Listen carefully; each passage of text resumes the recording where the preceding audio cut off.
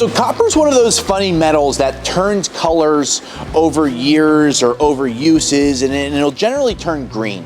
So we've had a lot of people ask us, hey, I found green copper wire, or I have copper tubing that is green. Will scrapyards buy it as a bare bright? Will scrapyards buy it as a #1 tubing?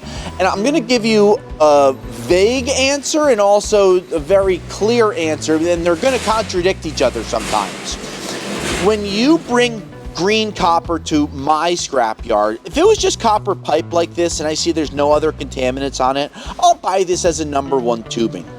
But if you start to have joints, solder, paint, things like that, you know, you see this piece of brass here that has some corrosion on it, you know, we're not going to buy that as a #1 tubing, but smaller pieces where I know that it's not paint and I know that it's actual corrosion, I can buy that as a #1.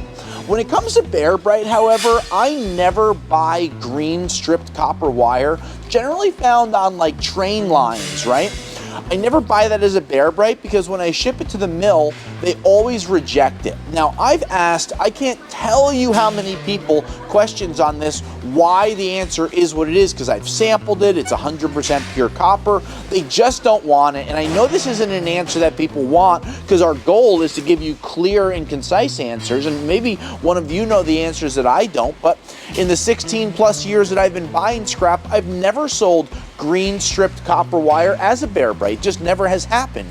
The #1 tubing is a little more lenient, but overall, this is kind of my opinion and what I've found when it comes to green copper versus red copper.